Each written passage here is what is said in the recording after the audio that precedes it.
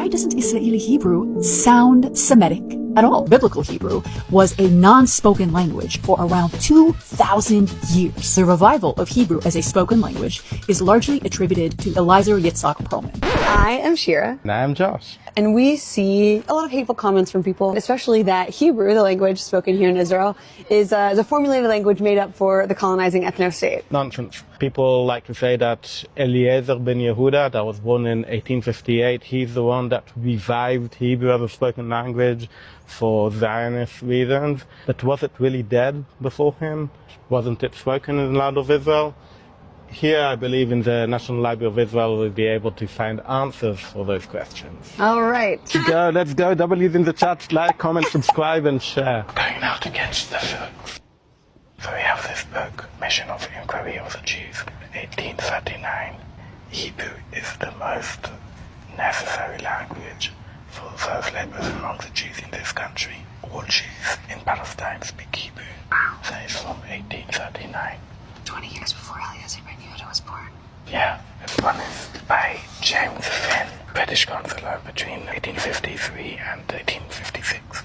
With regard to pure Hebrew, the learned world in Europe is greatly mistaken in designating this a dead language. In Jerusalem, it is a living tongue of everyday utility, necessarily so. For in what else could Jewish strangers from the opposite ends of the earth converse together?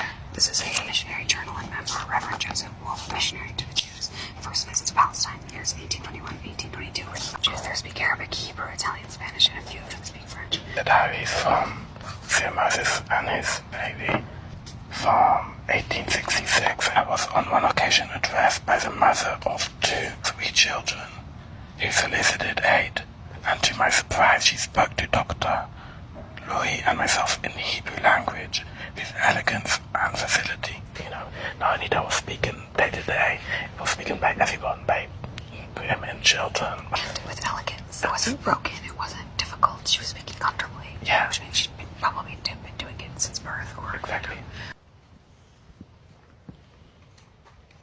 I always love finding these non-Jewish sources, so that if someone wants to say that, oh, it's just Zionist propaganda trying to align with our narratives, it's not. This is literally sources from non-Jewish missionaries or people living in the land of Israel, or people just interacting with Jews and sharing their experiences of Jews speaking Hebrew. Not just 3,000 years ago, not just 2,000 years ago, not just 1,000 years ago, but literally 200 years ago, 1820s, you know? Long before Herzl was born, long before Eliezer ben Yehuda was born, before Zionist Congress, Jews were living in their homeland speaking Hebrew.